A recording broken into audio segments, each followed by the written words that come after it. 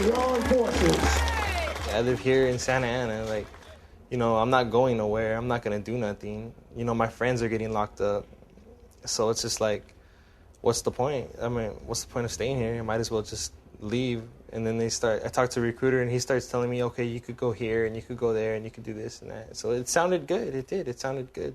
I grew up in a family where my father was drafted during Vietnam, my grandfather was drafted during World War II and spent 3 years in the South Pacific. And they hated the military in large part, but they got a lot out of their experiences. So I felt like I had an obligation to give something back. Because I didn't have to go didn't mean I shouldn't go. I saw a Marine when I was in high school, and I was like, that's it. They're mean, they're tough, they got cool uniforms, and chicks dig them.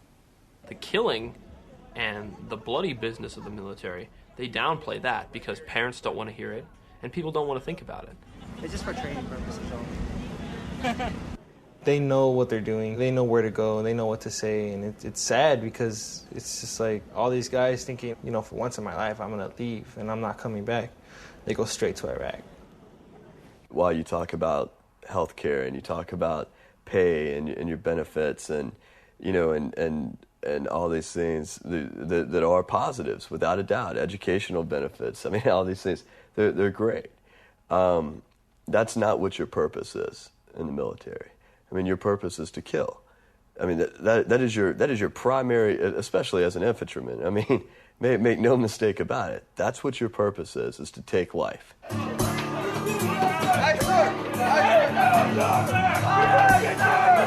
It starts in basic training. They systematically break you down. Your day starts at 2:30 in the morning, and that happens for the first couple of weeks. And actually, through basic training, we got up after 4 o'clock once. Understand what you understand? Yes, sir! Yes, sir! Yes, sir! Yes, sir! Yes, sir! The training program is so effective that the vast majority of individuals who go through it emerge from it as a warrior. Harder! War cry! Kill! Kill! Say it! There is no sanctuary in this war. In this war, you're in combat all the time.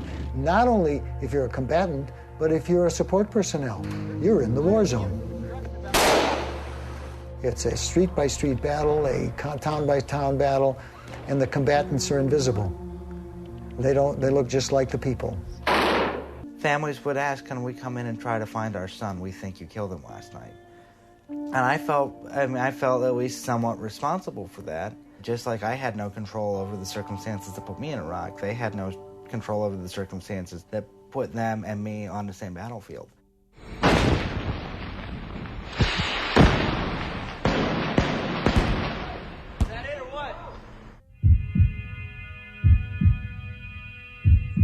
Guns go snap. Money go snap. Life go snap. Lights go snap.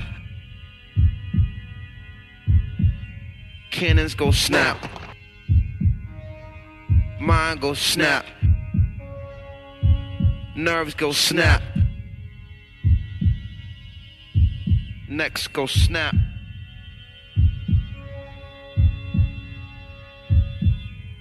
Live wire snap. Life go snap.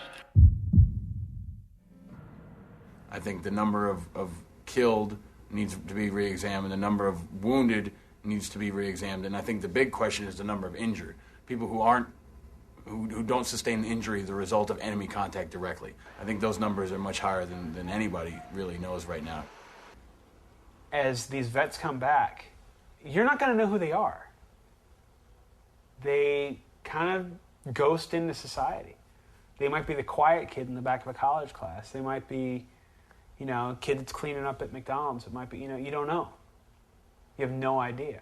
It's not like we come back with a sign, you know, that says, hey, vet. There are some guys who just don't want to talk about it. We all become casualties of war. Who we are when we leave is not who we are when and if we're lucky to physically return. Because psychologically, you're completely changed by it. The worst thing is that you don't fit. You don't fit anywhere. there's no place for you to fit in except by yourself. And then, you don't like yourself anymore. I'm not a person that wants to kill myself.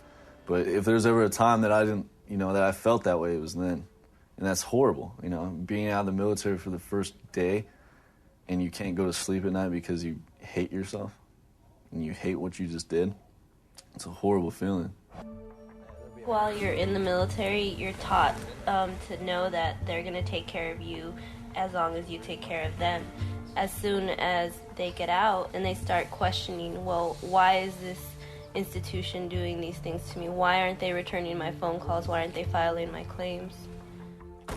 What we are seeing is a Department of Defense that when the soldier comes back, if they have a psychological injury or a combat stress injury from war, they are not diagnosing that illness. What they are doing is calling it a personality disorder or a bipolar disorder or some other kind of disorder that has nothing to do with combat. We put everything that we are and everything we ever will be on the line when our country asks us to do so. And you don't expect you don't expect to be betrayed for that. You expect them to fulfill their commitment to you just like you don't hesitate to fulfill to them. This is my home. I grew up here, and when somebody welcomes me back, it's just like, welcome home, and you're just like, I am home, it's cool. Like, it feels good when somebody says that. I'd rather have somebody say welcome home than thank you. And if Americans actually listened to the veterans that they claim to respect so much, their attitude would change. But the thing is, Americans want to honor the veterans in like a very cursory way, putting a yellow sticker on their car, having a little parade or welcome back. But they don't want to honor the veterans by really like listening to what they have to say.